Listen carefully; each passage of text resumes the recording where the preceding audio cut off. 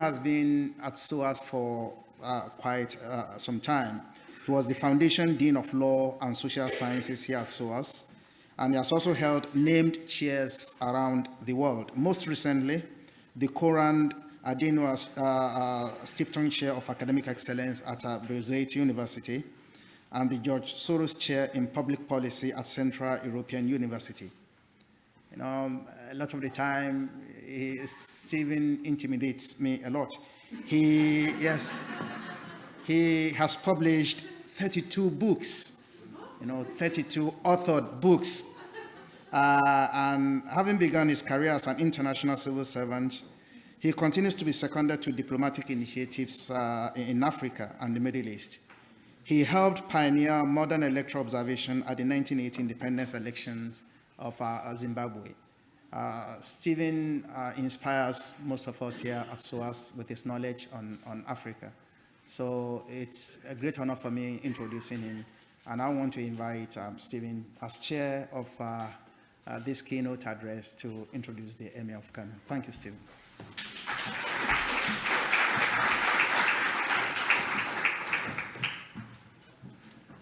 Well, ladies and gentlemen, on behalf of SOAS and the Center for African Studies, may I very much welcome you and welcome His Highness, the Emir of Kano. There are some people in the world who inspire me, and the Emir of Kano is one of those people. It's very rare for us to be able to host somebody who traverses different worlds and is able to do so in a way that looks to a future which is meaningful and hopeful, not only for Nigeria, but for the wider region of West Africa, and I think for international cooperation way beyond the continent of Africa. I was delighted when he, as the governor of the Central Bank of Nigeria, was named by Bankers Magazine as the Africa and Global Central Bank Governor of the Year. I think this was an honor that was extremely well-deserved. The amount of fiscal rigor that he tried to bring to Nigerian finances and economics was really quite astounding. And of course, we're all very familiar with the headlines that followed his exposure of irregular practice, what we might loosely call corrupt practices, in the body politic and public life in Nigeria. This very, very courageous stand is something which I think has been remarked upon as a turning point in public life in Nigeria and a way towards a future of far greater probity than has been present up till now. So he's a man of great technocratic and economic accomplishments, following upon his early development as an economics student, master's degree, very, very much involved in academic life in his early career before turning to banking. He rose through the banking sector until he became the governor of the Central Bank of Nigeria. And upon being, let us say, required to relinquish that position, he was able to take up the emirship of Kano. In this particular position, he's brought to a certain frontline position a combination of sagely knowledge and modern knowledge of what the country and northern Nigeria require for the future. An Islamic scholar who trained in Khartoum on top of his learnings in economics, he's been able to discourse wisely and progressively on Sharia and what it means in a modern context, in modern cultural contexts, and how an enlightened Islam can take a path forward in an engagement with modernity. He has defended minority groups. He has defended Sufi Islamic groups. For that, Boko Haram has put a price on his head. He has defended the rights of women. He has been in many, many respects, far too many to enumerate today, that wonderful crossover between someone who's traditionally learned in the modern ways of global finance, learned and conscious of the need for a new future based on new foundations. So it's my great pleasure to invite my inspiration to give a keynote on imagining Africa's future, language, culture, governance, development. Please join with me to welcome the Emir of Kano.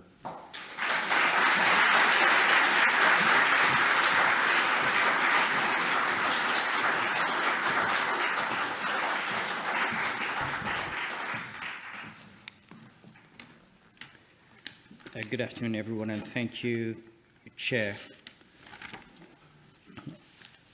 When I was first asked to speak on this conference and asked to speak about Africa and culture and governance and development, I did protest. Obviously, no one can talk about Africa in that way.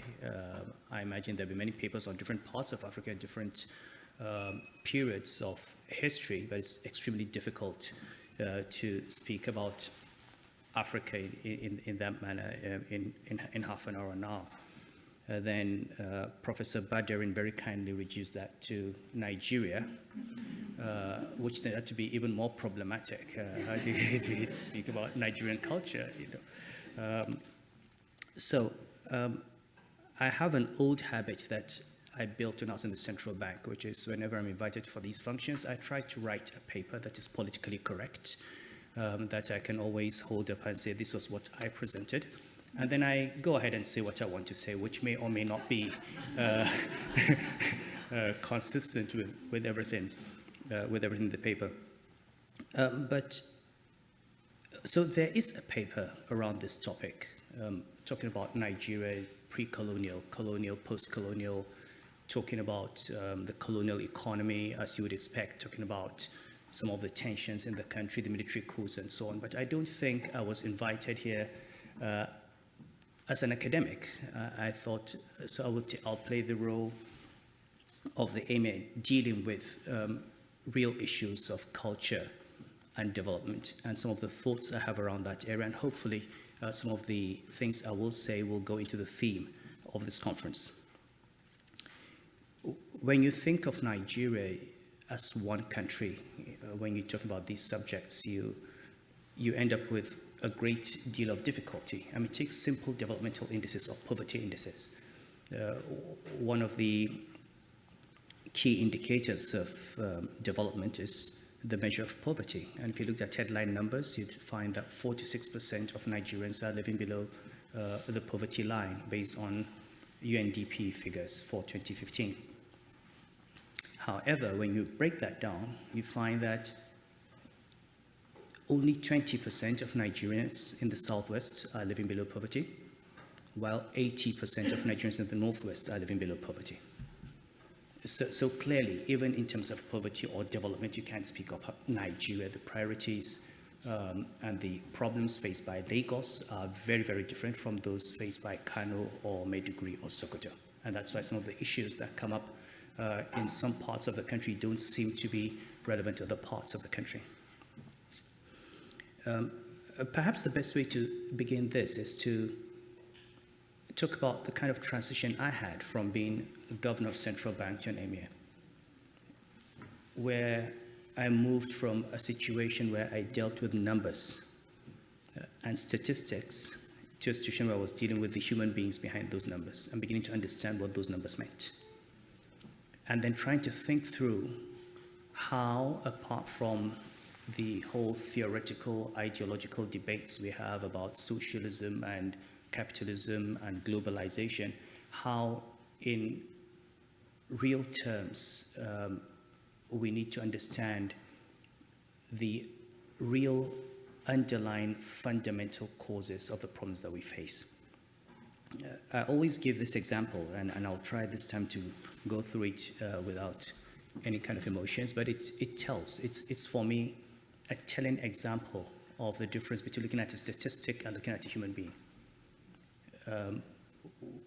In the central bank, we reeled off these numbers about the number of Nigerians living on less than $1 a day. And I tell people I never knew what it meant to live on less than $1 a day until I became the emir. You know, and one instance I give is what I still consider perhaps the saddest day in my life, where, because usually when I sit in court, people come, some have problems with their husbands, some have problems with their wives, some have issues with their neighbors, some have land issues, some need help with drugs. And while sitting there, I heard this loud scream. And I sent someone to find out what it was. And there was this woman who had walked across from the hospital, across from the palace, and among a group of women with their children. And while waiting for her turn to see the emir, her baby had died. And the baby died because she did not have 3,000 naira for drugs. That's less than $10. And there were 8 women in line on that day, and all of them needed like 20,000 naira. So, I mean, this is a country where people, or part of the country, where a woman would lose her baby because she cannot buy drugs of $5 or $10. That is what it means to live on less than $1 a day. Now, it radically changes and transforms one's view of life, of development, of poverty. And you begin to look at how we have defined our development in terms of trying to look very much like what you call the developed world. So you go to Abuja and you've got all these beautiful bridges, and even in Cairo, beautiful bridges, overhead bridges, beautiful roads, street lights, skyscrapers, and we see that as development. When in fact, the vast majority of the people who are walking on those streets are hungry and they're sick, and they've got nothing to do. And for a fraction of those resources, you could change the lives of people. And I always give this story of a poor Nigerian man from Kogi State who was invited for a town hall meeting with the former president of the World Bank in Abuja. And so when they were all asked to speak, this gentleman put up his hand, and he made this, we all laughed when he made this statement, but it was so profound. He said, look, in my village, there's a river that separates me from the main road. And during the rainy season, I can't come out. The only reason I'm able to make it to Abuja was this was dry season, so I could walk across the stream and get a bus to come to Abuja. But what surprises me is I came to Abuja and I saw all these bridges, and there's no water, there's no river in Abuja. And it's fundamental in a sense. We think we are developed because Abuja begins to look like London, when in fact for 80-90% of the population, you need small bridges that will just give them access to cities, get their farm produce to the market, get them to hospital in case of emergency, and they don't have it. So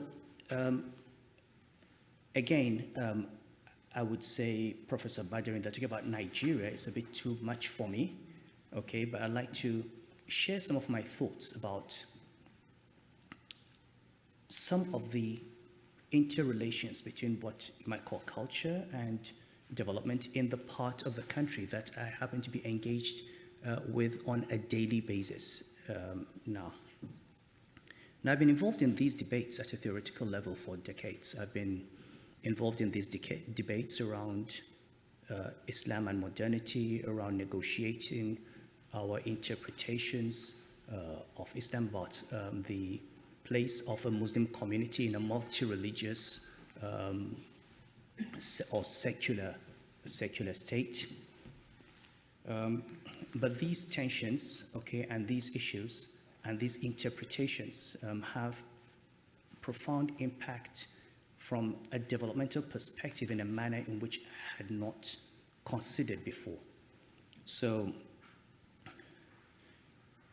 having studied economics and having studied Islamic law, I now find myself in a role where I can actually begin to see how certain archaic or wrong or misunderstood perceptions or interpretations of Islam have actually led to economic underdevelopment. Now, it sounds strange and very controversial. It's a controversial thesis. But so one of the first lessons we learn in economics, obviously, is Malthus and the whole issue of population and how you continue to increase the labor force on a limited amount of land or resources, and you end up with diminishing marginal productivity. I call it just diminishing margins, or the law of diminishing, because everything goes down. Now, take Nigeria in 1960. The amount of land available to a rural dweller on the average was 2 hectares. Today it is 0.9. And in the next decade or two, it will be down to 0.5. It's a combination of desertification, desalination, erosion, and other environmental issues, but it's also about demographic explosion. And that has led to all sorts of conflicts. We hear every day about Fulani herdsmen and their conflicts with grazers, and people ethnicize or give religious colorations to what, by the way, is a problem that's as old as the Old Testament itself. You do give them grazing land, you encroach on the land, you're going to have these problems. We have Boko Haram, we have ethnic conflicts, and we're not joining the dots. We're not beginning to make a connection between a failure of social policy and the social unrest and the economic problems that we face as a country. So I come from a part of the country which is a part of the Sahel, which I suppose 500 years ago, 600 years ago was the richest part of sub-Saharan Africa, eclipsed later with the discovery of the steamship and colonialism and the coastal cities. So cities like Kano and Katsina and Timbuktu and Gao got eclipsed by Lagos and Accra and Abidjan and so on. But with social structures and family structures and social organizations that were formed for wealthy societies, which have not yet understood that the world has changed. Okay, so it's very easy in Kano to see a man who has no employment of any sort and who earns nothing marry 3 women and have 18, 19 children. And he's very happy to have them roam the streets as what you call al-Majri. And it's also very easy to see public officers discussing how they're going to find the money, how they're going to build the schools, how they're going to take care of al-Majri, without anybody ever asking if the father who gave birth to this child had certain responsibilities in the first place, and if he should be held responsible for the child that he brought. While the rest of the Muslim world has introduced reforms to family law, looked at such things as the age at which girls marry, the issues like child spacing, regulated polygamy, sure that you're able to maintain a family before you have it, child rights. These are issues that are not part of the conversation, or they've just started being part of the conversation in a very difficult manner in the North, partly because of a culture that has been built in which the interpretations of Islam and certain historical social structures have become so conflated that it's very easy to get emotional rather than have a rational and proper intellectual conversation. So, how did we get here? How did we get to a situation where today the very large percentage of girl children in the North never complete school? If you take the northeast and northwest of Nigeria, maybe about 10% or less of the adolescent girls read and write. The Northeast has maternal mortality rates 5 times the global average. In a state like Zamfara and a state like Yobe, 90% of the population is living in poverty. Where you have in Kano State alone 3 million children who are out of school, and in the north maybe 15, 16 million statistically out of school. So Nigeria, after India, has the highest number of out of school children in the world. How did we get to a situation where one country has become effectively 2 countries, where you would, as I said in a recent speech, which didn't go down well with people, if the North itself were a country on its own, it probably would be one of the poorest countries in the world, because we're not looking below the headline numbers. Now, there are a number of issues that we need to look at. Some of them, I think, have not been seriously considered in academic discourse, and I'm hoping that institutes like yours would look at the implications of some of the events of our history. So if we go back to colonial education policy, and the works, of course, of people like Tibin Darana, who've seriously studied education, especially in northern Nigeria, and the policy of the British as far as education was concerned. The arrival of Britain and the conquest of the North and turning of the North into a British territory, it came with certain naturally was accompanied by certain events around policy that have had a long-lasting impact on where the North is. The North was unfortunate to have its first 3 governors come from Sudan, coming straight from a very, very, very bad experience with the Mahdi. Therefore, it's like getting someone with a strong Islamophobic tendency today to go and rule a Muslim country. So first of all, from Lord Lugard on, the principal fear was, how do we make sure that we do not reproduce in northern Nigeria the kind of radical Muslim intellectuals that we produce in Egypt and India and the Sudan? And determined not to repeat the mistake of Egypt and the Sudan and India, the British had a policy, 1, of keeping as many northerners illiterate as possible. 2, when you educate them, make sure you educate them to be employees, competent employees of the native authority and obedient servants to the colonial administration. So the policy was explicit. Teach them respect for hierarchy. Teach them the supremacy of the white man. Teach them technical skills, but make sure they do not develop a mind of their own and do not challenge the system. Northern Nigeria, of all the protectorates of Britain, had the lowest number of schools. We had fewer schools than Ghana.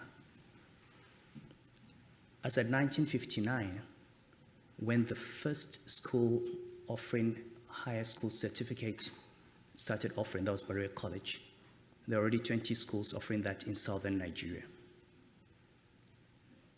At the point of independence, the North had maybe 2,000 elementary schools, while the South had about 9,000. The North had 200,000 children in elementary school, the South had about 1.2. And this was even before the southern regions started universal free primary education. Nowhere in the British colony did we have the gaps between boys' education and girls' education that we had in northern Nigeria. And these gaps were exacerbated by the very nature of British colonial policy. So girls' schools were set up although the first boys' school was set up in 1910, the first girls' school was set up around 1930. What were called girls' centers in Kano and Katsina. Those schools aimed to teach basic numeracy and literacy, and then personal hygiene, nursing, domestic chores that would produce young ladies that were good wives to the educated boys that were being educated. And these ladies were all children of the nobility, of the aristocracy. So these were princesses and daughters of title holders put in those schools. That decision was a disaster because children of royalty were the ones that tended to get married off early. There was a very high demand for princesses, for people who thought it was a way for upward social mobility. So by the age of 10, 11, every princess would have many suitors. So usually they would be married off very early. And even if they completed the school anyway, the daughters of emirs and the daughters of qadis and the daughters of imams never went out to work. There was no financial incentive. They were the ones that practiced purdah or golay at the most extreme form, as many of you probably, those who've read Aisha Imam's doctorate thesis will be familiar with. So girls' schools were set up for those who did not need them or use them. And the Chalakawa, the honorary people, did not send their daughters to school because their experience with the boys' schools had not been very positive. Out of the 3,000 or so boys that had finished elementary schooling by 1945 or so, only 700 got employed in the native authority system. All 700 were children of noblemen. So the Chalakawa who sent their boys to school found that their boys did not have access to native authority jobs. Education was not for them a path for overthrowing the system, precisely because the British system of indirect rule was based on the principle of strengthening the traditional hierarchies, so long as those hierarchies remain loyal to the British. Now, I'm a beneficiary of that, I admit. So, but this is really the logic of colonialism and colonial education. And the second thing that the British did, largely under the influence, obviously, of Christian missionaries like Miller, was to actively devalue and put a stop to Islamic education and Arabic education in many ways. So, for example, the Ajami script, which was nothing but Hausa language written in Arabic characters, was basically stopped as part of education. And Fisher was quite clear in his documentation that if you allow the use of Arabic characters, then you're promoting the Mohammedan religion. So basically, as part of a world in which imperialist officers, communism in the Soviet Union, where there was this whole orchestrated attempt to put a stop to Arabic Islamic civilization, northern Nigeria also suffered that.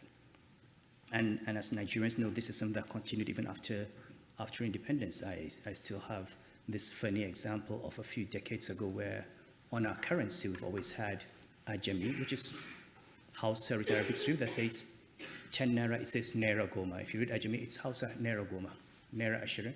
But it was taken out because we had a central bank governor and a president who thought these were Islamic characters, and they removed them. Just Hausa, but it's a continuation of that policy. Now, what is the danger of that? And this goes beyond religion. You have a part of the country that for 500 years, 700 years, 800 years has been part of an Islamic civilization, where the levels of education in the Islamic sciences have been extremely advanced, comparable to any part of the world. I mean, a young child would learn the Quran. After the Quran, he would go to the Makarantu Ilmi, he would learn fiqh, he would learn grammar, he would learn hadith, he would learn jurisprudence. Basically, letters were written in Arabic. Arabic was the language of the courts. The emirs communicated with the district heads in Arabic, and so on. And all of that was given a value of 0. And it's still given a value of 0. Today, we say there are 3 million children out of school in Kano. Maybe out of those 3 million, at least 2 million know how to read and write in Arabic. but for all intents and purposes, they are illiterate. There is no certification. The system has no place for them. They have no future in the system. The result is that they end up in the hands of some radical preacher who understands them, who gives value to their education, who radicalizes them, and takes advantage of the resentment they have against the system, and they turn against society. And they come up and say, Western education is haram. And they want to kill you because you've had Western education. And they want to destroy the system, which has no place for them because it has no value for their education. And as we try to deal with it, yes, we have to deal with a military solution, but no one is thinking beyond killing and jailing and basically crushing this movement. No one is looking at some of the fundamental issues, and one issue being that you cannot just erase 600 years, 700 years of history because of a 60-year interruption by the British. Yes, 60 years of colonialism is important, but 60 years is no reason to completely obliterate 500 years. And it's difficult, and it's impossible to do it. And it will keep coming back. You can't, northern Nigeria was not a clean slate. It was not a place without a history. It was not a place without a culture, without tradition. And there has to be a way of mainstreaming that history and that civilization into this rich country that we have. And this is something that, frankly, I never really thought about very deeply until I came to this role and realized all the frustrations that people feel. When you see someone who's memorized the Quran, who studies Arabic, who's very fluent in Arabic, who knows jurisprudence, who knows Islamic legal theory, and for all intents and purposes, he's an illiterate. He doesn't have an opportunity. Whereas in a previous system, he would be a qadi, he would be an imam, he would be an advisor in the court of the emir.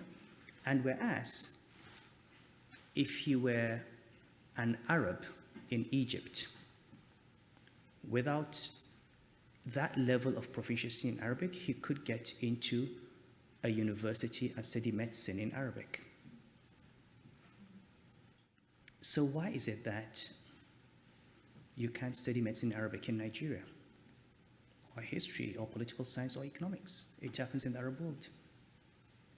Why is it that an Arab who knows how to read and write Arabic is considered literate?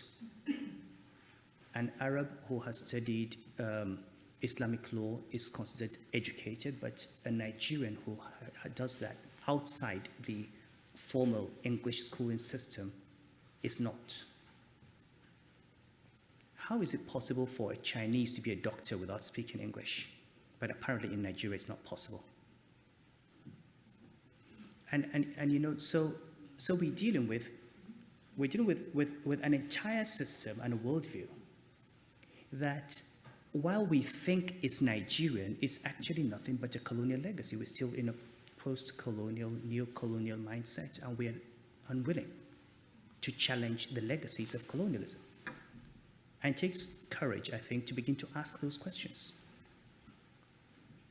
How do you turn the 6 centuries of Islamic teaching and learning and contact with the Arab world through trans-Saharan trade and the caravans and through exchange of ideas? How do you turn that into an asset rather than a liability? Because at the moment, the Muslims of the Northwest and the Northeast are a liability to this country.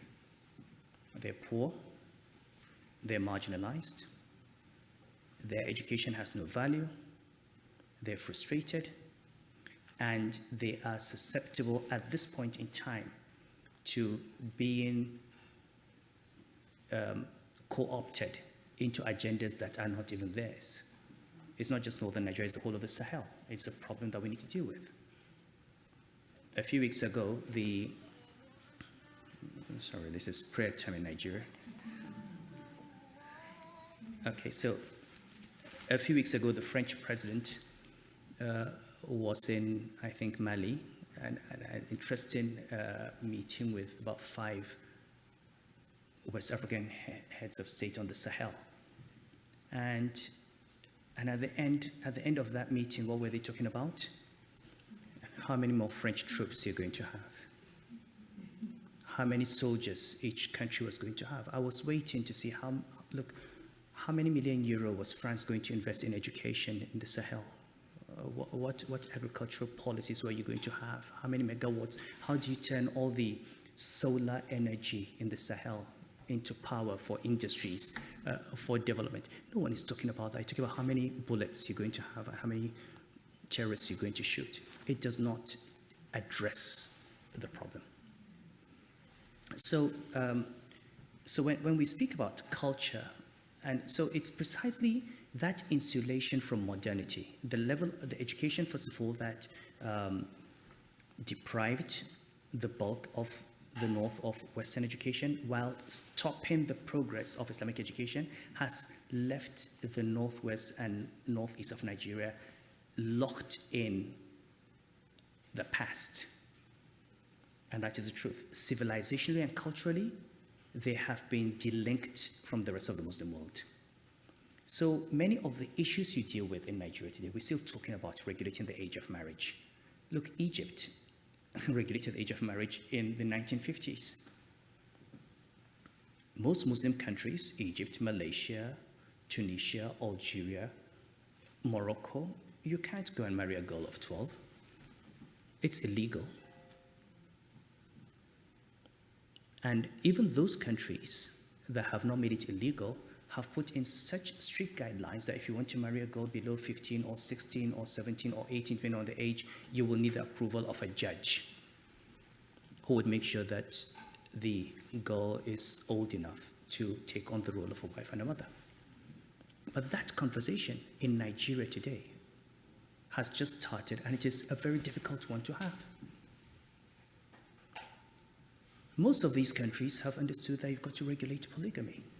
Nobody says outlaw it, nobody says prohibit it, but clearly the Islamic law and Islamic jurisprudence has always had underlying the permissibility of polygamy, also responsibility that you've got to take. The rights of children, okay, to education, to care. You can't just give birth to a child and leave him on the street for the state to take care of. You can't just produce children you cannot take care of. And now these are basic conversations that have taken place for decades in the Muslim world, which have not taken place in Nigeria. So you, on the one hand, the North was not given Western education. On the other hand, its progress in terms of understanding its own religion and this process of ijtihad, of coming up with new rulings for changing times has been stopped. And you therefore have a whole generation of experts and generations of experts who are experts on 15th century Muslim jurisprudence, and they think all the questions that we need have been answered. And we don't need new answers. Now, until we address this issue of what's our attitude to the education of our girls, what's our attitude to the age at which a girl should be a wife and a mother, what's our attitude to spacing children, what's our attitude to polygamy, what's our attitude to responsibility as a parent, and these are all issues of Islamic jurisprudence that have to be used to confront culture. And again, some part of the mistake that people have made in the past is to come to people and say, well, this is the United Nations resolution. Well, they don't care about the United Nations. It's not an argument. It's not an argument. But the truth is, I'm sure, and there are those of you who are, Moshood is a scholar of Sharia. Imam Malik talked about 18 as the age of marriage. And so did Abu Hanifa, and so did Ahmad bin Hanbal. Yes, Shafi'i said 15. So out of the 4 Sunni schools. 3 of the imams actually at one time mentioned 18 when they talked about age of marriage. But you say 18 today, and it's seen as a United Nations agenda. So being able to argue from within the tradition, using the Quran and the Hadith and the jurists, and also the work of other Muslim countries is important. But you can't do that until we begin the process of opening up that civilization and relinking the jurisprudence and the scholarship to the international scholarship on Islam. So culture and cultural practices, to my mind, have led to this demographic implosion. And that has contributed to the levels of poverty and development, and they will continue to do so until we go and address the roots.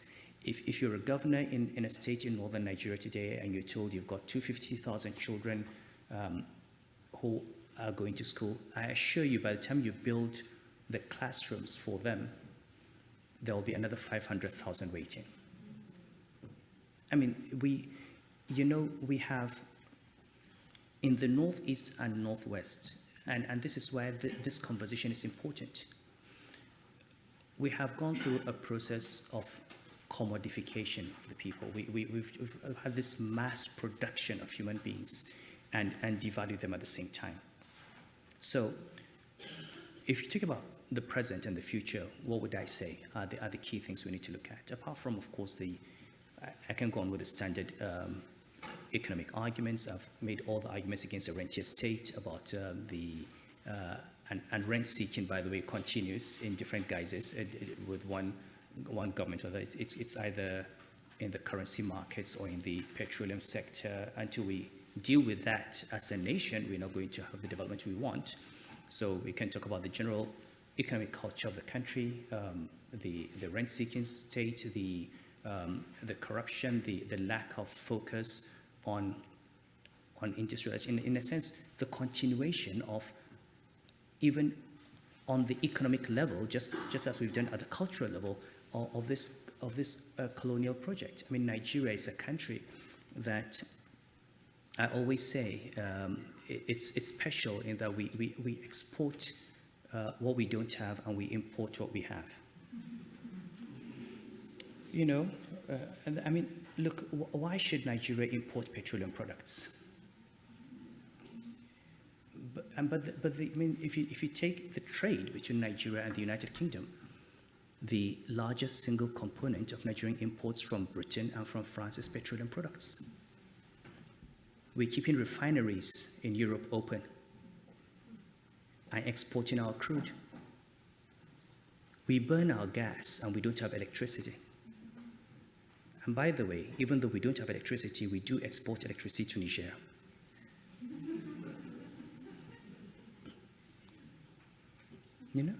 We have all these hides and skin, and we import shoes from China. We have a large cotton belt. Our textiles are all dead. We import fabric from the Far East. We import plastic made from petrochemicals, and we're an oil-producing country. And by the way, China is a net importer of crude oil. So they buy our crude oil, and they're able to turn it into petrochemicals and sell us plastics.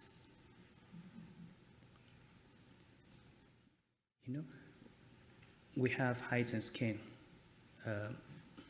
What do we do with our hides and skin? Pepper soup. We consume it. It's a delicacy in some parts of the country. That's GDP. Other countries, I mean, as far back as the 16th, 15th century, according to economic historians, Kano was exporting leather and bags and shoes to Morocco, to India. Today we don't. We export blue. We're so good at this, we even had a military government that conducted a free and fair election in Liberia. you know? And it's sad because you had this, and if you go back before this crisis, we had a country that was growing, GDP growing at 7%.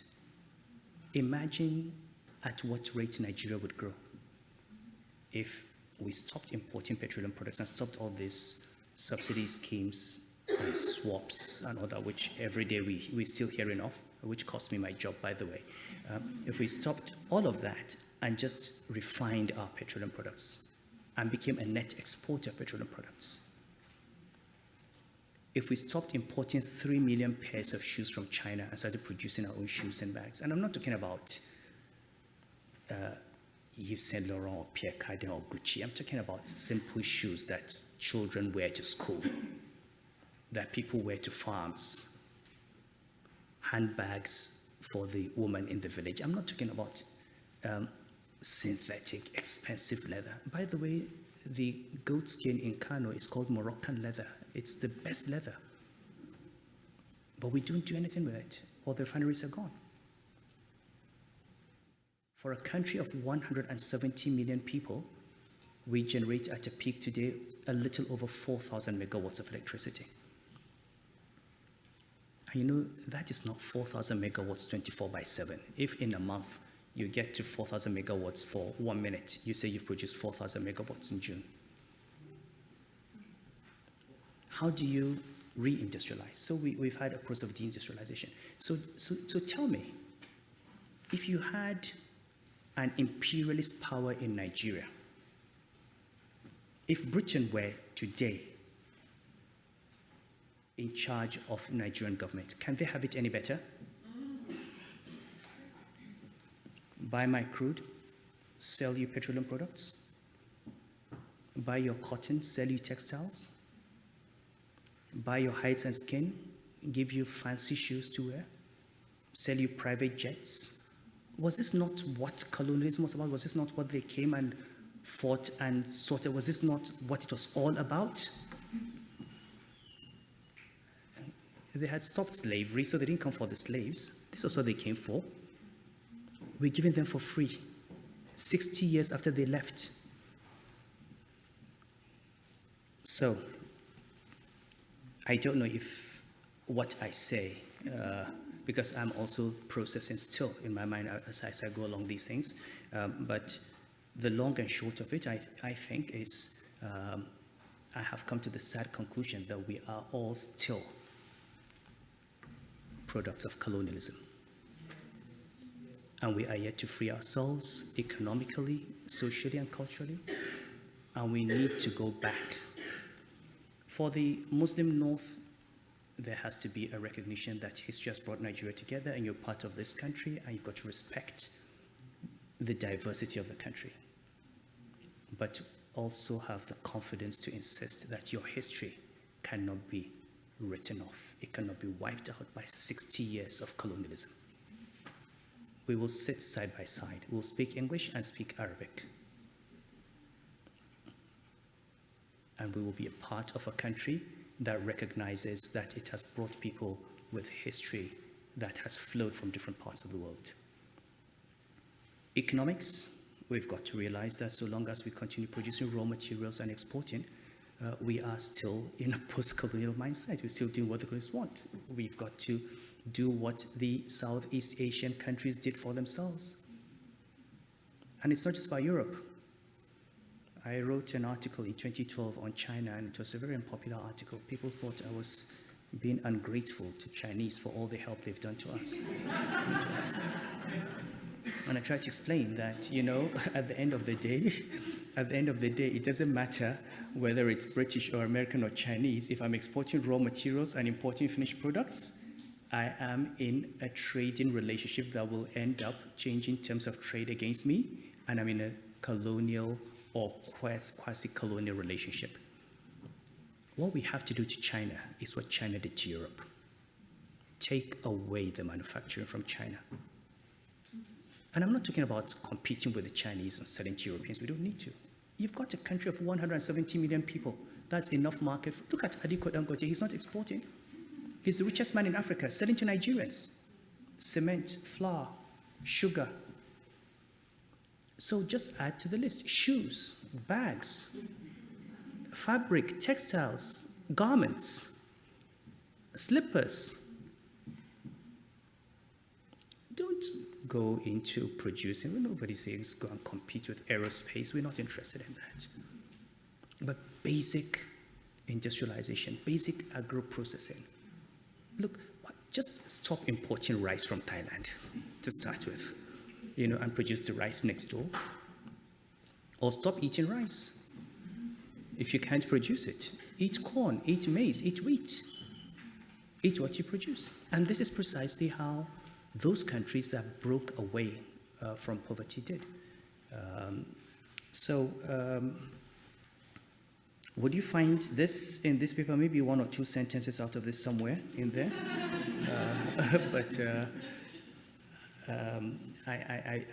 I'm hoping that I've just tried to share some thoughts, and maybe through the Q&A I'll get an idea of what you'd like me to talk about, if I can talk about it. And I think it would be best at this point to stop here and thank you for your attention.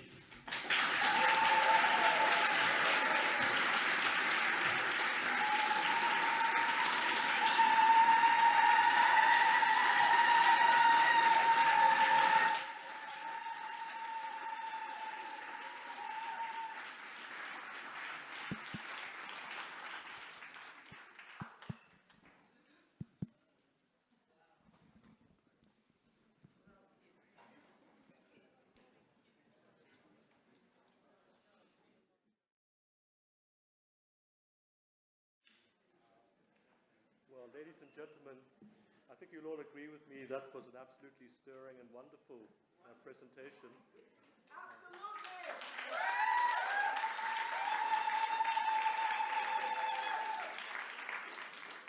So many profound things were said in a very understated, but for that very reason, very, very powerful way. So I greatly enjoyed it. I think that what we should do is immediately take me out of the equation, except to recognize your hands for questions. The young lady down here, please.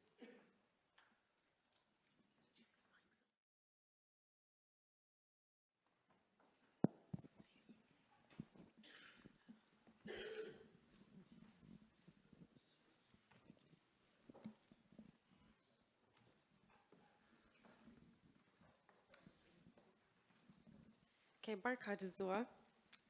You talked about polygamy and the fact that a lot of people have kids and don't know how to take care of them.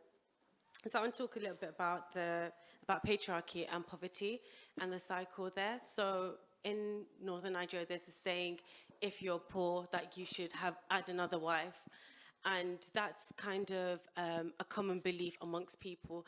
So an issue is you have the patriarchy kind of perpetuating this narrative that that's the way forward.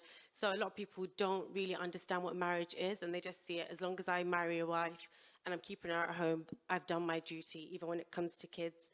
And you mentioned about young girls getting married off quite young. And the fact of the matter is, often the people that do that are those who have the money to kind of bribe the parents and say, I want your daughter hand in marriage. And often it's because they're poor and they don't really have much of a choice. They can't afford her schooling, that they think that's the best way forward to marry her off. You've also mentioned that there's a gap in terms of social policy. So what would you advise in terms of the absence of government, in terms of providing policies where people have access to education and healthcare, that's kind of pushing people to join extremist groups or marry off their young daughters? What can Nigerians do in terms of bridging that gap in the absence of government? Because even if you do encourage people to have less children, they still might have that barrier to access to jobs, where if they don't know the right people, they're still left in poverty. So they're still left without much of a choice. So what would you advise in that circumstance? Thank you. Okay. Well, first of all, I think that there are many things that really point to the failure of the state.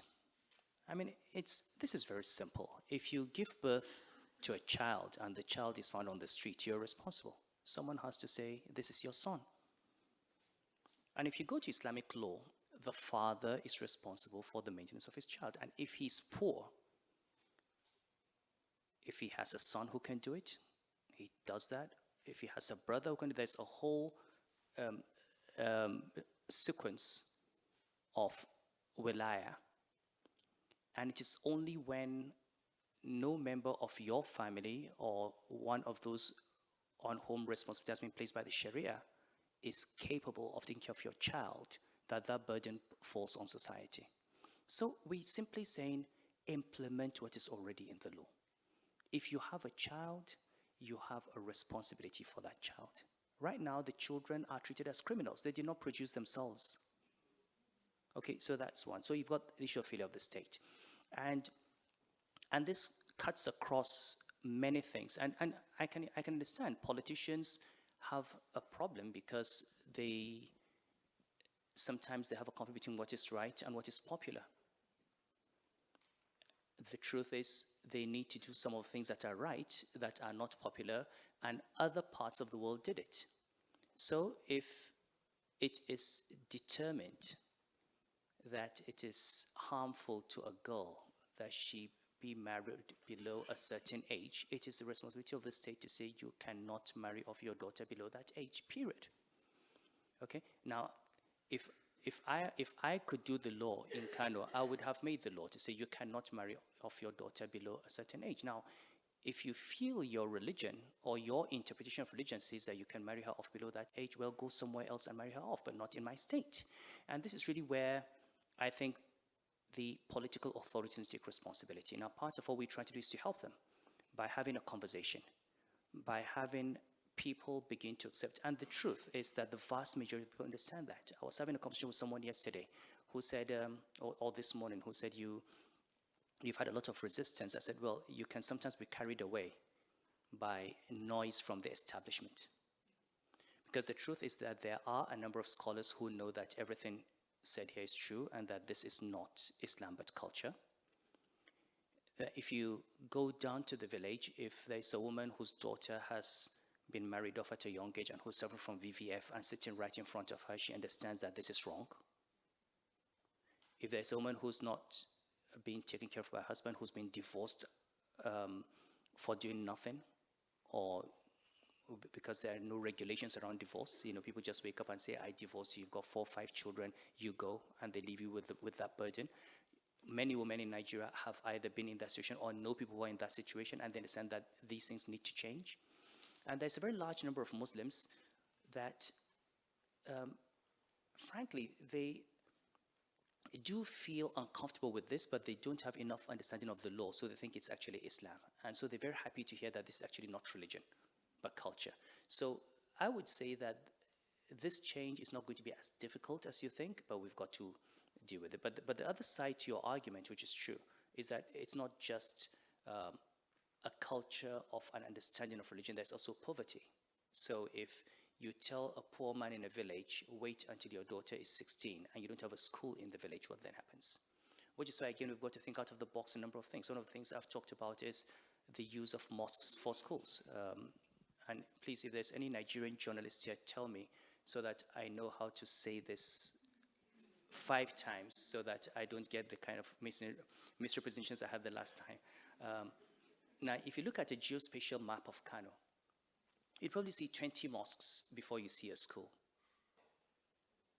But if you go to Muslim history, mosques were never just buildings for prayers. I mean, the mosques were schools, mosques were places where you had political meetings, mosques were places where rulers were crowned or appointed and so on. If you go to Fars in Morocco, the university is in the mosque.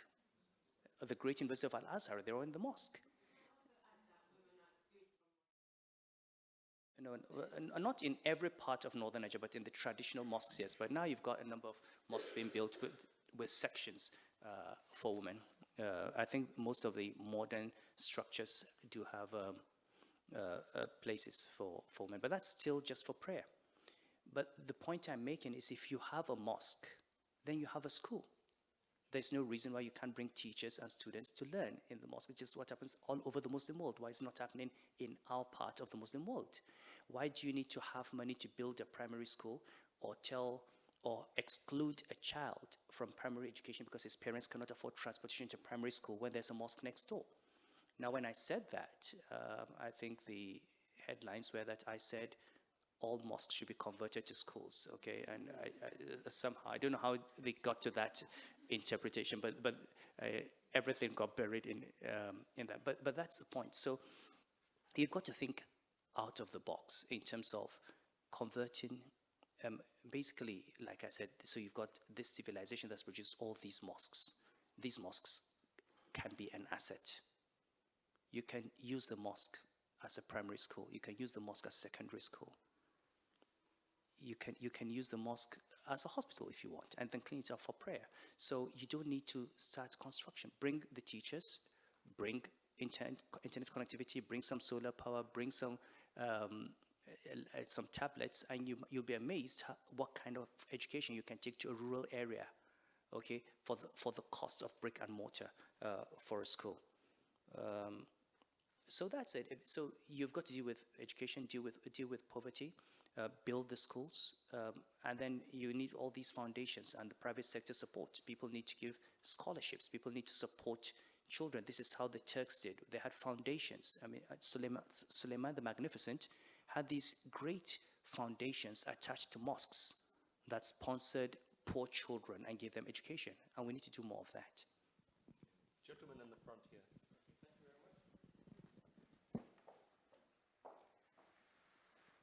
Well, I can understand where the Emir is coming from. It's less of firebrand it used to be in those days, but I can understand.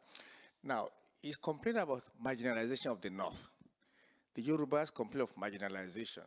The Nigerians complain of the same. There's this aspect of Biafra. And I ask, who is marginalizing who? So maybe Nigeria is actually marginalizing itself. And so that's one point. Secondly, the basic solution, I think, we've talked about engaging the imams because they still control a lot of audience and attention in Nigeria.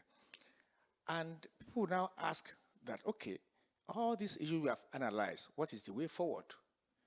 The political class has failed the nation, and the elites, of course, it serves their interest. So what will be the basic things? We can't be complaining about colonialism after 60 years or so of independence any longer.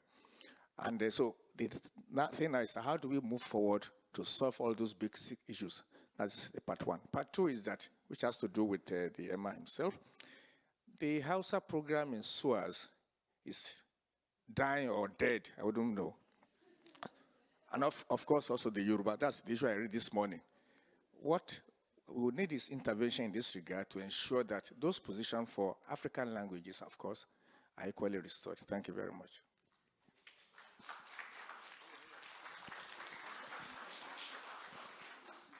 May I clarify that I did not complain about the North being marginalized. I talked about the actual conditions of poverty I see in the North and tried to understand what brought them about and how we can deal with them. I know because you've got these, in Nigeria, marginalization is a term that's a very useful political one. And when people say they're marginalized, usually they just mean they haven't seen enough ministers from their local government in Abuja, which is, again, it goes back to this distorted sense of what development is. I mean, why do I care if I have 10 ministers in Abuja from Kano? How does that affect the number of women who die in childbirth? Or the number of children who are not in school? Why do I care that the Minister of Agriculture should be from a particular part of the country? How does that affect the productivity of agriculture where I live? I think we need to, a lot of the debate, and that's why I think when I say these things, I say some of the discussion is to me so vacuous. We talk about restructuring Nigeria. I have not heard a single northern politician talk about the 500 years of northern history that has been erased. This is far, far more important than how you share resources, oil money from month to month, which is what people are talking about. And we've all been sucked into this debate of marginalization, which happens every 4 years, a different part of the country is marginalized. Okay, so when you have a southern government, the northerners say we're marginalized. You have a northern government, southerners say we're marginalized. And you say, in what way? Jonathan was from the Niger Delta. How much investment did he put in the Niger Delta? By how much did it improve? So we need to get out of that conversation. I am not in that marginalization conversation. And by the way, I don't even think of myself as a Northern. I'm an Emir, but I think we've got to go beyond that and think of the country. But if you've got this large population, and this population is poor, it's uneducated, it's frustrated, you're not going to have stability and development until you address that. And I think these are some of the issues that we need to look at. So on what we need to do, again, I don't blame the British. I've never blamed them. I think they did what they needed to do as a colonial administration. We did this all to ourselves after they left. And that's the problem. They might have as well stayed, you know, because for all intents and purposes, they couldn't have done us much more damage than they've done, than we've done to ourselves. And I think we need to get to that level of maturity where we see 60 years of British intervention, or I mean, maybe less. Nigeria was amalgamated in 1914, independent in 1960, 46 years. We've been independent now for over 50. We've been independent for longer than the British were there. We can't blame the British. Not that they don't deserve blame, they do. but we can't hold them, you know, and responsible for what we did to ourselves, you know. So for me, I think it's if we choose to forget all our history, if we choose to produce raw materials for them after they've gone and keep their refineries open and import their goods, that's our decision. And we've got to fix that. The lady in the front row, the second tier, Your Excellency. Well, on the Hausa thing, I thought, Professor Badering, you'd sent me a quiet email that we're going to discuss this evening. Is that, to the extent that I have not even entered that conversation, I'm not able to say what I can, but I hear your point, and I think we need to do everything we can to keep Hausa studies and Yoruba studies alive.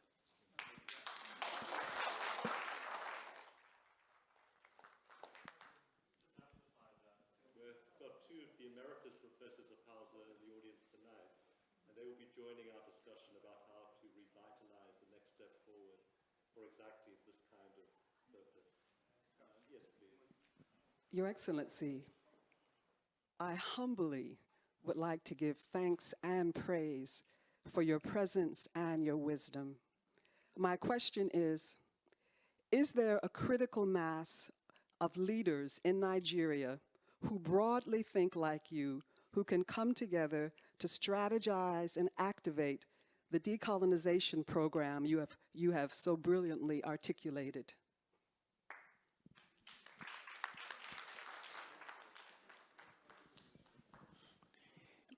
You know, when in 1999, 2000, one of the states in Nigeria announced it was going to implement Sharia, I got involved in that debate. And when I started, initially I thought I was alone.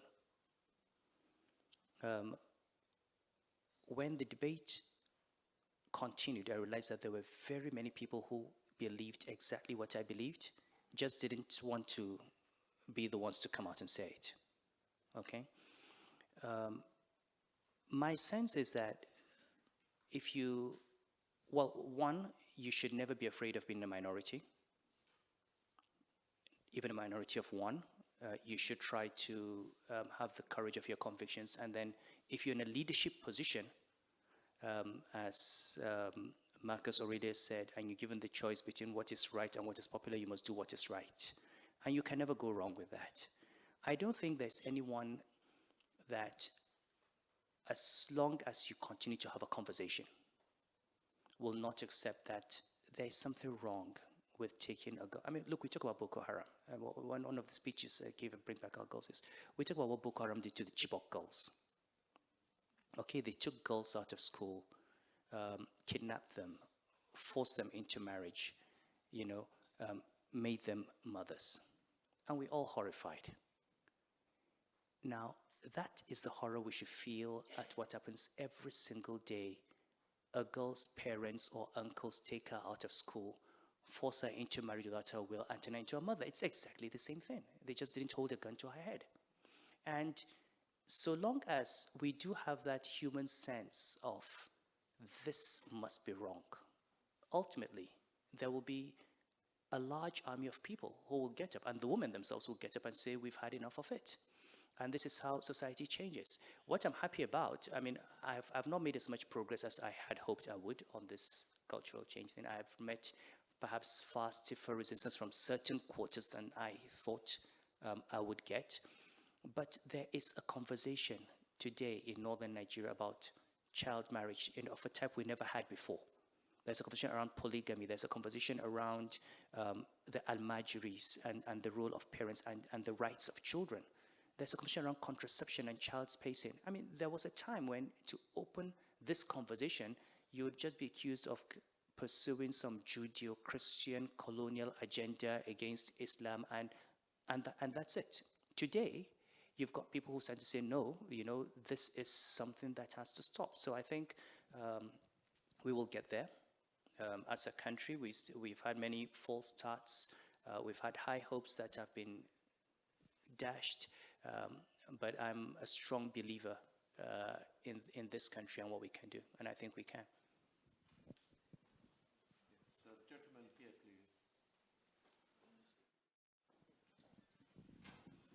please. Thank you very much.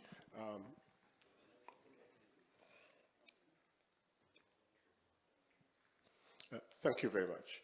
I'm not Nigerian, not even West African, but what I heard today is probably the best speech given by an African leader for a very, very long time.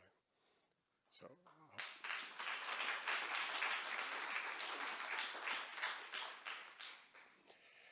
Regarding exporting what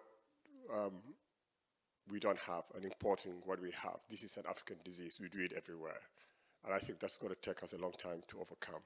But my question to you is, what I find really heartbreaking is this idea of having so many educated kids, which I seen completely worthless because they have the wrong kind of knowledge, the wrong kind of language. And that's really devastating because any child that's a learner of the Quran by heart is an incredibly intelligent child that can advance the whole society. Is there something you can do, and your colleagues could do as leaders of the North, to introduce maybe secular Arabic-based education universities to be open in the North?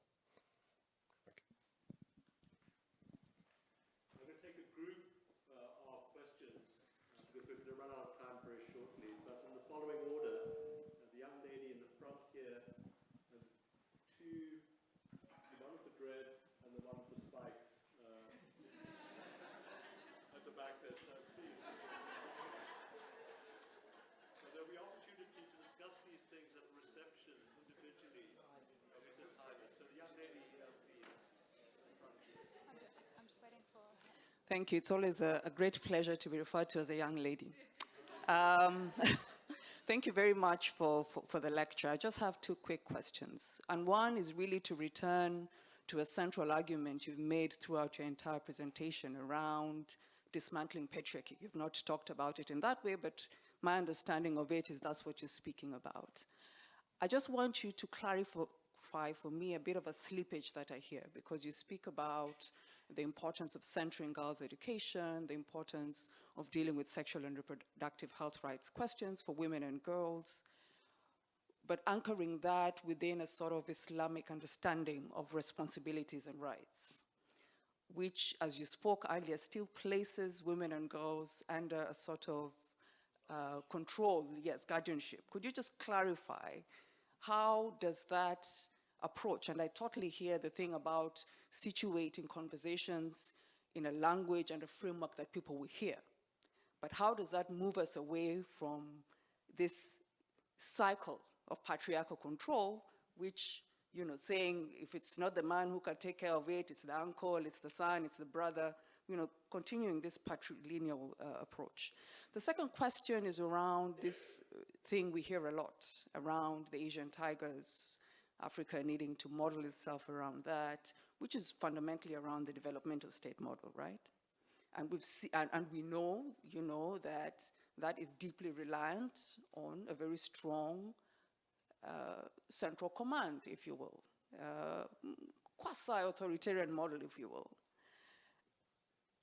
How much of looking to the Asian tigers do we need to do in 2017?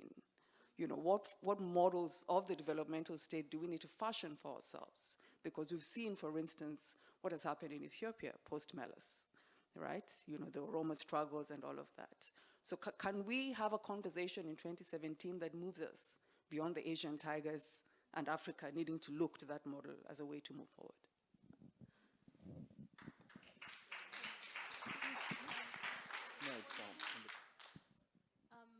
Thank you for your presentation. I'm using something that you said as a jumping off point for an issue that you didn't necessarily touch on directly, which is the issue of the thousands and thousands of young African children who are dying in the Mediterranean every month. In the last 2 years, it's becoming increasingly horrible, and a lot of those young people are from northern Nigeria. And I like that you mentioned your dislike for the militarization of the response to, over-militarization of the response to Boko Haram and to terrorism in the Sahel. But part of that is now we're seeing this increasing militarization or securitization of the response to African migration and mobility. And one of the things that stands out to me is, how do we get African leaders to take more responsibility for the number of young African children who are dying in the Mediterranean today? From your perspective, as a leader in a country, you know, in a space, in a territory that is sort of implicated in this process. In light of the recent comment by the President of France about Africa having some civilizational problems and blaming that for the state of affairs on the continent, you mentioned the fact that Nigeria is a very diverse country. It's not a nation, for sure. There's a lot of diversity of, you know, linguistic, religious, ethnic diversity. How do you see, I mean, but what makes Nigeria a political unit? Or what makes Nigeria a nation, if it is one? And do you see any alternative other than Western liberal values of democracy or human rights, civic ideals of nationalism and citizenship? Beyond these ideals of citizenship, do you see any ideals from existing Nigerian organic civilizations that can unite Nigeria as a nation, or that can serve as an overarching identity of being a Nigerian? Thanks. Okay, some of these questions are very tough, aren't they? Yes, on the first, I think it's, basically that was my point, okay? So if you go back to the 1940s, my great-grandfather in Kano, Bayero, set up what was called the Judicial School. It was an attempt to have Western and Islamic education in one compound. And to this day, people talk about integration, and that's what they're talking about. Okay, you have a school where you can study English, math, history, French, and, or whatever, you know, study this in English, and then you've got Quran, Hadith, Fiqh, and so on in Arabic. Now, my proposal is, let's do what the Arab nations do. If you go to the University of Cairo today, and you want to study medicine, you have the option of study medicine in English or study medicine in Arabic. So what is wrong with mainstreaming? And in fact, beyond Arabic, why shouldn't we aim for a situation where you study medicine in Hausa? Why? What, if you learned medicine in Hausa, is it that you cannot do the operation because you are taught in Hausa? Do you need, so it's about basically asking simple questions. Why does it have to be English? Why? Why am I seen as more educated than someone because I speak better English?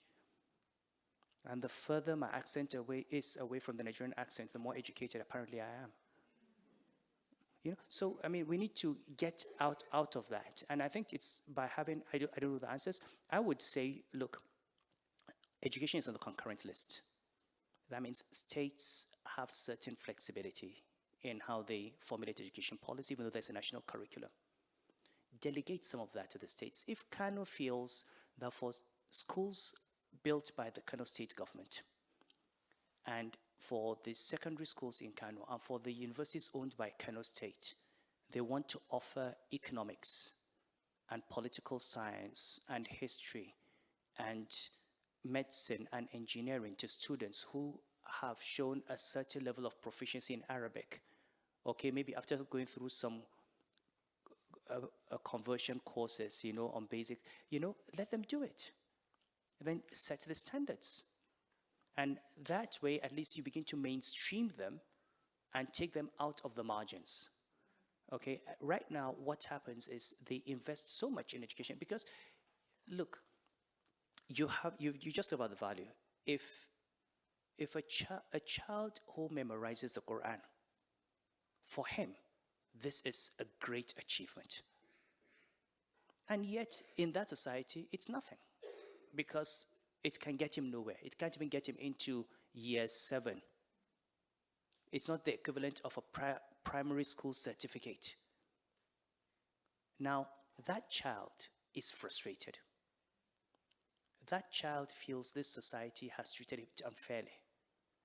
And that child ends up in the hands of someone who says, you know what, this society is an infidel society.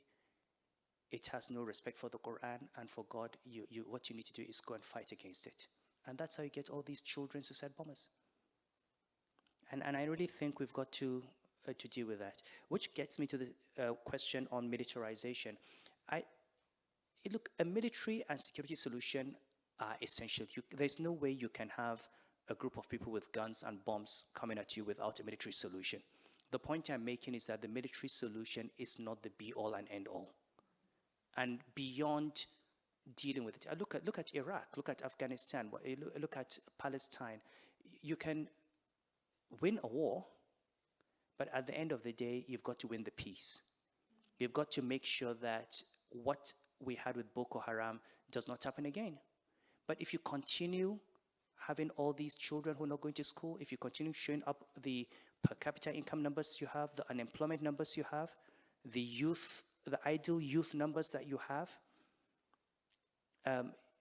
the very bad social policies that you have, you're going to have something else. It may not be Boko Haram, it'll be something else. Look at the Niger Delta. Look at these IPOB people who want Biafra. These are just signs of frustrations, by young people. It's really by young people. Let me give you another number. You have a country of 170 million people. Take a guess. What's the median age in Nigeria? Median age today? It's 19. It's 19. In the next 20 years, you're going to have 85 million Nigerians between the ages of 20 and 40. That is more than the population of Germany, the third largest economy in the world. Think about it. On what economy are you going to sustain them? And if you think the Biafra War and Boko Haram and Fulani herdsmen are a crisis, think of the crisis we would have when we have 80 million youth unemployed. So don't, anyone who thinks that because you've defeated Boko Haram, you've solved the problem, you know, all those young ones, you know, the toddlers that are around, all those young ones are going to grow up into a far more vicious Boko Haram. So you've got to you've got to think, okay, where did we go wrong? And how do we make sure we don't go wrong with the next generation? This is, I think, for me, the point. The young lady, I wish I could claim that I was advocating for dismantling patriarchy. Unfortunately, I'm not that progressive. Not that I think it's wrong. I mean, I'm always happy my daughter, I have a daughter who says I'm a fraud, that people think I'm progressive, I'm liberal, you know, and that they should ask her. She says, 3 years after being an emir, I don't have a single woman in my emirate council. I have done nothing to show that I'm ready to have women become emirs, you know, and as far as she's concerned, I'm just a slightly refined model. So the next generation is worse. No, I think that it's very difficult to totally, and look, I don't have any moral issue with having a patrilineal or patriarchal or matrilineal system. I think at the end of the day, things have to work, and things have to work within a certain logic. So take the simple issue of child marriage. Okay, when we're growing up, it was very normal to have a girl of 12 or 13 get married to an older man who had other wives. And she would be married, she would be taken to his house, and she would be treated more or less like a daughter. Okay, clothed and fed and taken care of. And then when she's of age 17, 18, she becomes a wife in that sense. Okay, even Islamic jurisprudence makes a distinction between the age of marriage and the age of consummation. And there's actually criminal punishment for consummating marriage with a girl who is not ready for consummation. It's in the law. I mean, people just don't use it.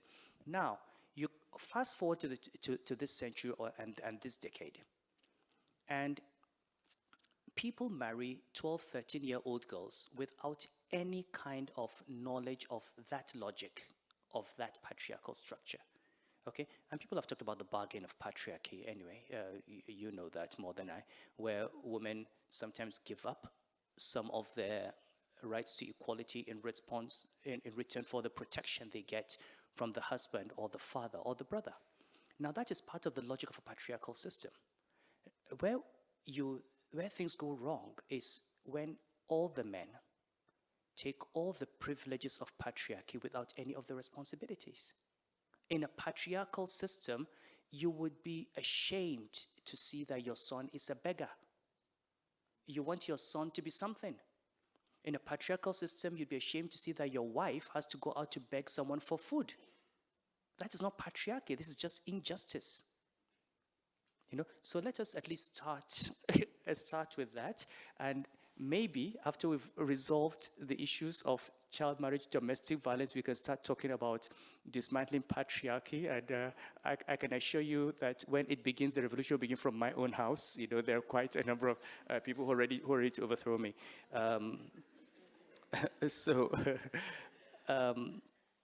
Okay, so now on this question of the developmental state, you know, there are things that have worked and there are things that haven't worked. And if you look at, yes, you've had a few cases of countries that have gone through or leapfrogged certain stages of development. But one thing we know as economists, and we have known since the 1950s with structural economics, is that there is no way you are ever going to develop if you continue to rely on primary exports. This is something that's worked, that we know. Okay? So we had the Industrial Revolution in Europe, we had it in the United States. We've had Asian countries who've gone through that process and they've moved themselves out of poverty. there's an interesting book about Nigeria and Indonesia growing apart. You can see clearly what they did that we didn't do. And you can see all the potential that Nigeria has with all the resources that we have. And I keep saying, just imagine it. Just imagine if instead of burning all this gas, you produce electricity. Nigeria is 65% of the population in West Africa. It's 50% of West African GDP. It has a captive market next door. Without going outside its borders, it has 170 million people. How many pairs of shoes is that? How many bags? How many shirts? You know, how many kilowatts of electricity? How many gallons of water, purified water? How many bottles of Coca-Cola? I mean, just think of it. It's simple. I mean, for me, and that's why I'm so confident that the day Nigeria gets it, this is history. It's just that one thing, you know, that hasn't clicked, you know. So I would say, do not reinvent the wheel. Just do what they did, and we can do it. And Ethiopia, by the way, is something. Meles is one person that showed what could be done. I mean, take what he did with coffee. You know, he said, look, I'm tired of my farmers getting only 10% of the value of their coffee. Okay, got the IFC, got Starbucks, trained coffee farmers. By the time he was through, Ethiopian farmers were getting 65% of the value. And you would go to a Starbucks shop and drink coffee that came straight out of Ethiopia without going through another country. You didn't have to go to Brazil for airing and drying and whatever. You know? And when you think that the term coffee came from a region of Ethiopia, Kaffa, it is so sad. You know, it's almost a no-brainer that Ethiopia should do that with coffee. But it's not just coffee. Look at cement. He called Dangote, come and produce cement here. I'll give you free electricity. Brought down the cost of cement by 40, 50%, construction boom. He told the Chinese, I'm tired of selling wet blue to you and importing shoes. Come and produce the shoes and gloves. Right now, outside Addis, there's a big shop producing shoes and gloves, exporting to the United States under AGOA. And Ethiopia grew at double digit, 11, 12% year after year. I was governor of Central Bank. I was green with envy. I was telling my government, look at Ethiopia. Just do a little bit of that. Look, Lagos is 30% of Nigeria's non-oil GDP. If Lagos grows by 10%, that is Nigeria's non-oil GDP growing by 3%. What does it take to grow Lagos by 10%? A deep sea port, an expanded airport, some rail line to remove the traffic. You know, so we'll get there. Don't worry. I have no doubt. The final point is about the French. The French president said what? Something about Africa having. Well, that's rich coming from the French. I mean, look. Who doesn't have a civilizational problem? Is it leadership? I mean, so where is the role modeling coming from? Is it America with Donald Trump or Russia with Putin? You know, where is the role modeling coming from? You know, people need to stop pronouncing these judgments on other cultures and civilizations and look inwards. I can say a lot about the French. I'm going to Paris tomorrow. I don't want to be rude, but no, I wouldn't listen to him. But I think that one of the greatest problems of the world, with some people, is that they're so quick to pronounce judgments on things they don't understand. I've heard people talk about Muslims. And they don't know anything about Islam at all, or about blacks, or about Americans. The truth is, you've got to be able to identify the particular individual or the particular issue they have an issue with and discuss. And we need to understand that the 21st century world, like every other world, is a world that has many cultures and civilizations, all of which deserve to be respected. And we should, first of all, respect ourselves and then demand respect from everyone else.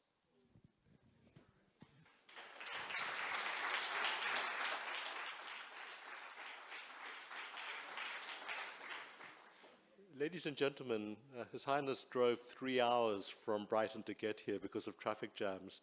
So we're going to bring this formal part of the discussions to a close so he can relax a little bit with you at a reception, and I'm sure he'll be very happy to talk on a one-to-one basis with you before we go off to solve the problems of Hausa at SOAS. But I think we're all agreed that we've listened to some words of wisdom tonight, and I think that we should all thank the Emir from the depths of our being for his coming, for his talking so well and imparting his wisdom to us. Ladies and gentlemen.